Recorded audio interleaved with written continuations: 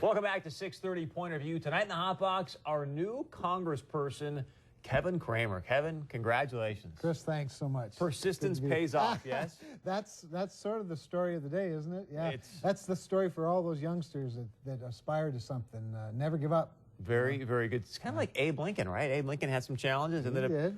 Well, we don't know if you're going to be elected president or not, but, you know, time will tell. Who'd want that job? We've got to start here. I had you on my radio show when you made the big announcement you were going to forego the convention with the NDGOP. I want to ask you, because let's be honest, and I know you're probably not going to admit this, but you go to that convention, you probably don't win the nomination. There's a good chance I wouldn't. You're probably not nominated. There were 6 candidates running, so that the likelihood was less, for sure. You forego the convention, go through the primary, and now become our next congressperson. How much have you changed the face of the future of the NDGOP? Well, you know, I wouldn't say that changes the face of the NDGOP so much, but what it does do is opens up another door, another avenue to become the nominee for our party. But the stars have to sort of line up the same for someone else. It's not like every Republican candidate would do wise to do what I did. In my circumstance, it made more sense. But I would disagree with you, because you hear a lot of conversations now post-election, hey, the GOP needs to expand their tent. Right. And my understanding of the reason you did this was, hey, let's expand this to more and more people, more and more voters, and let them choose. So maybe it was the right path and could be for the future. Do you agree? Well, it's certainly possible. I think we did demonstrate. That's one of the things we demonstrated by doing it this way. Over 100,000 Republicans voted in our primary. That's pretty significant. And so, yeah, you need to have an avenue for that level of participation. Certainly a convention isn't, but at the same time, what I would hope is that as we plan for the next convention, we plan for a convention big enough and open enough to accept all kinds of people. Let's talk about leaving your PSC's position the end of this year. In your opinion, who does Governor Dalrymple select for that job? I'm grateful that it's Governor Dalrymple's decision and not mine.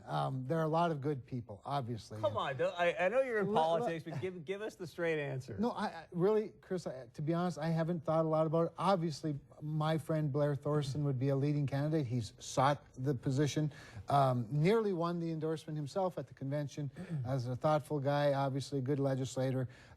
But there no doubt will be others interested as well. It's proven to be a pretty cool place, the Public Service Commission. You were the executive director with the NDGOP, was once a chairman. I want to get your honest thoughts on this. I'm going to give you some context in a moment, but what happened to Rick Berg? And here's the context. But Mitt Romney, 29,000 more votes than Rick Berg. Governor Dalrymple, 42,000 more votes than Rick Berg. Lower on the ticket. You're lower on the ticket. You get 15,000 more votes than Rick Berg. What happened? He used to be my friend. You used to be nice to me. Listen, in North Dakota, politics is more about the person than the party, Chris. And I'd say this, that I think North Dakotans are instinctively Republican. We are basically a Republican state.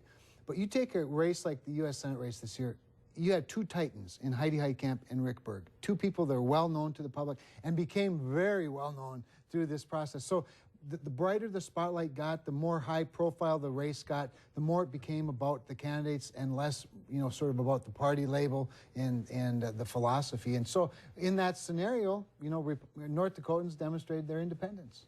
But he didn't even win his own district. Well, and believe me, I had plenty to do without, analyzing or watching every step in that particular campaign. But I don't think you can understate his opponent either. It would be unfair to not give Heidi Heitkamp some credit for the victory as well. She ran a good campaign, and it was a good candidate. She ran a great campaign, but again, not to win your own district. You've been there, a sitting rep for 25 years. I think it's a tough pill to swallow. But Fargo's a changing city. I think we'd have to admit that demographically it's changing. It's a very different place, and it's changing very fast. And frankly, it's an area that Republicans have to pay some attention to. Let's move on to your soon-to-be future. Do you think the Farm Bill gets passed in the lame duck session? I do think it gets passed in the lame duck session. Speaker Boehner and Majority Leader Cantor have both assured me that they're going to bring it up in the lame duck. In fact, Leader Cantor told me he really feels like it has a much better chance of passing in the lame duck than it would have had previously. While it looked easy, he said that the dynamics of potential floor debate and floor amendments made it difficult to pass. So I do believe it does. I certainly hope it does. Would you have voted, if you would have been the sitting congressman as Rick Berg is, would you have voted for the Farm Bill that came out of the committee? I certainly would have. And not that it was perfect. I thought it was slightly better than the Senate version, but you have to get it passed in order to get it reconciled, and so yes, I would have. Have you spoken with Speaker Boehner about being on the Ag Committee in the House? I've not spoken to the Speaker since the election. I have not. So do you think are you going to seek that seat? I'm not going to. I'll be honest with you. My highest priority is to see what positions might be available. The Ag Committee is not an exclusive committee, so you can serve on the Agriculture Committee and serve on other committees. In fact, in all likelihood, you would. I do have some interest in other committees. One is Energy and Commerce, which is an A committee. That is an exclusive committee. It's a committee that it's a much bigger challenge for a freshman to get on, but it's an area that I could bring my expertise, my brand from North Dakota, and be a major contributor on the first day. Natural Resources is another committee that is important both to agriculture and energy. That would have some interest to me. But the first thing is to get out there and sort of see the playing field and what's available. So with that being said about those committees with Energy and Commerce and the Natural Resources, what are you going to do to ensure that the Keystone Pipeline XL gets done? I'm going to go dig the trench if I have to, Chris. I'm the only guy. I know. There's an area, though, where my experience and my expertise does come in handy. I was just talking to somebody today. I carried that portfolio and oversaw the siting of the first 250 miles of the original Keystone Pipeline right through North Dakota, including crossing that Canadian border. And it's just fine, and I'm just going to push very, very hard for it. I'm very enthused by the fact that our new senator, Heidi Heitkamp, has the same position. She believes Lisa Jackson should be fired. She believes Stephen Chu needs to be replaced. She believes the Keystone XL needs to be built. We have some wonderful opportunity to be a united front from North Dakota in a bipartisan fashion right out of the chute. What could it mean for North Dakota if Byron Dorgan accepts the job as the next Secretary of Energy? Well, first, has he been offered it? I haven't heard. I hear that he may be that guy. It would be fantastic. I mean, if we could have a North Dakotan being Secretary of Energy, I think it would be fantastic. It would certainly be good for North Dakota. I think it would be, frankly, I think it would be good for the United States.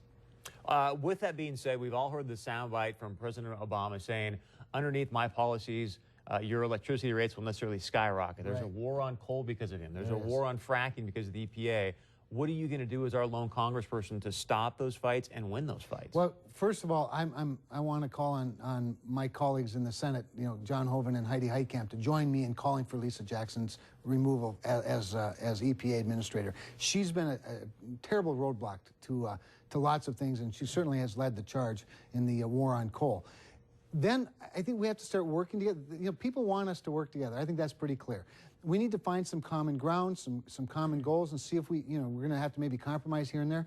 But where it's necessary, I'm ready to put up the, I'm ready to put up the curtain as well and say, look, we have an important industry in our state, as well as the lowest electricity rates in the country, that give us a global competitive advantage. Let's do that for the United States. So it'll be a little bit of a tussle, but I'm ready to work myself to exhaustion for it, Chris, because it's a very high priority. You just spoke about working together. The thing I've heard over the past 2 days is that I just want to get this gridlock out of the way and let these people do what's right for the American people.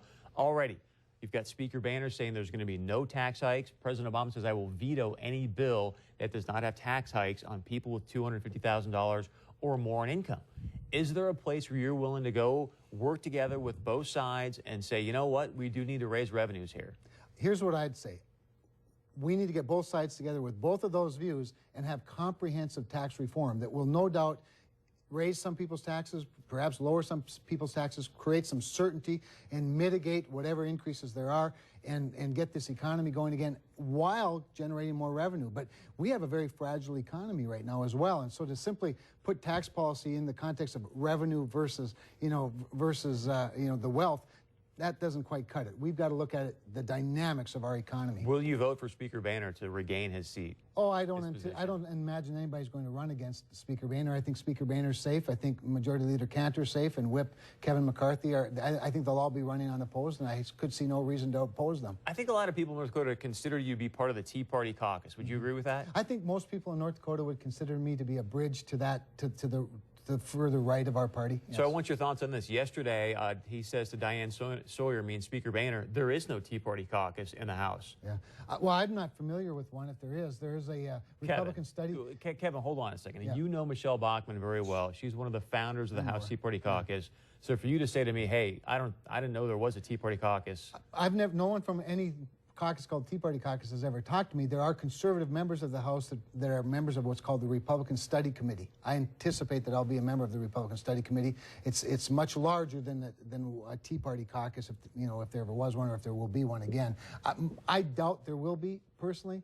I don't anticipate going out there looking to join a Tea Party caucus. I'm looking to join the majority and work with with. So are you saying that you weren't aware there was ever a Tea Party caucus inside the U.S. House? I'm not aware of that, Chris, in all honesty, and I'm not interested in it right now, to be honest with you. I'm interested in getting to work. Because what you saw that happen to Michelle Bachmann and Ellen West, or? Well, no, I don't. You say I know Michelle Bachmann well. I've met her once. I don't know her very well, but I'm grateful that she won. I appreciate her values and her articulating of those values. And she lives in a tough district, and she had a tough race, but she survived it. So I'm glad she's coming back. I wish Ellen West was. Kevin, I always appreciate your access. You're always willing to get. It's always my pleasure. In front of the people. We're going to do more of this when you get out to Washington, D.C. Recently, Governor Dalrymple actually announced that November is a certain appreciation month for some very special people. I'm going to tell you who that is next, right here on 630 Point of View.